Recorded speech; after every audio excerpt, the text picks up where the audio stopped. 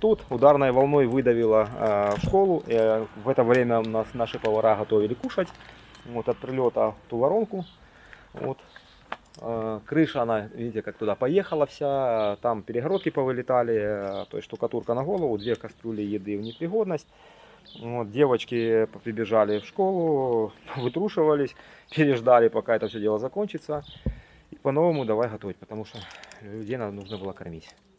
В школьной столовой, которая на улице, под обстрелами 2 или 3 раза наши повара прибегали, полностью все штукатурки, снаряд прямо в столовую прилетал.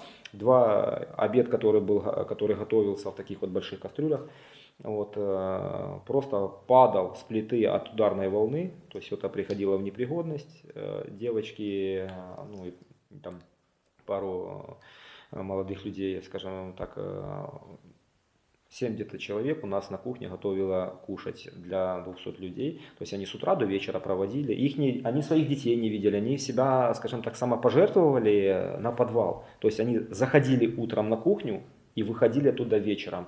Если бы наши ЗСУ, скажем так, начали их выдушивать, то это 90%, наверное, этот живой щит бы и сработал.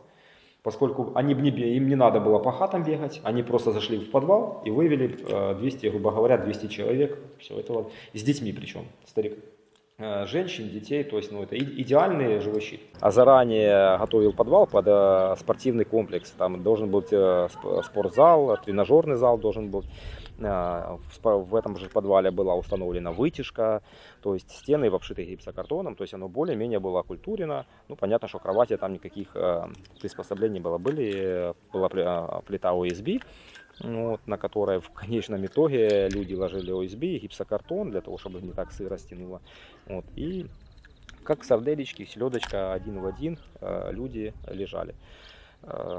Стоячих, сидячих мест у нас в подвале не было. Мы максимально все это уплотнили. Вот. Было от 180 человек. Максимальное количество было где-то 182 человека. В подвале было 37 деток.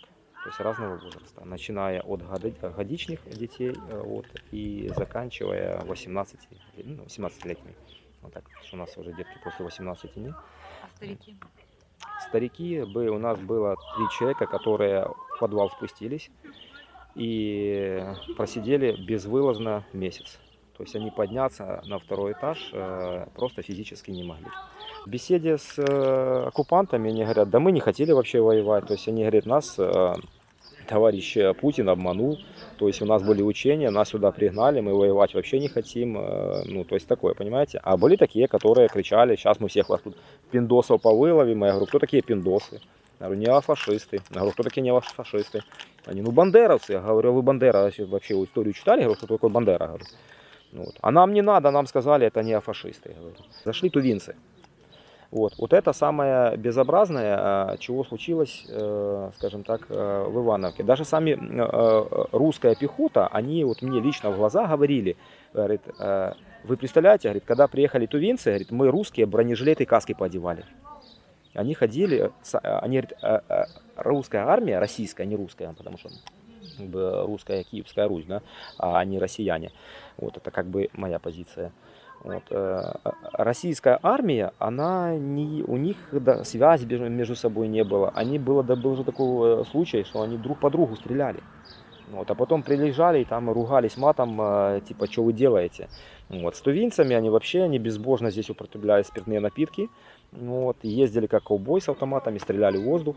Средний тувинец это 1,40 м, 1,50 м ростом человечек такой, одет непонятно во что. То есть где чего отмародерил, то и одел. Вот. Цель награбить. Грабить. Они тащили унитазы тут таскали, минвату таскали, все таскали. Единственное, что тувинцы не поняли, что такое посудомоечная машина. Вот. Они их все выдирали. Вот тут люди говорят, что выдранная посудомоечная машина.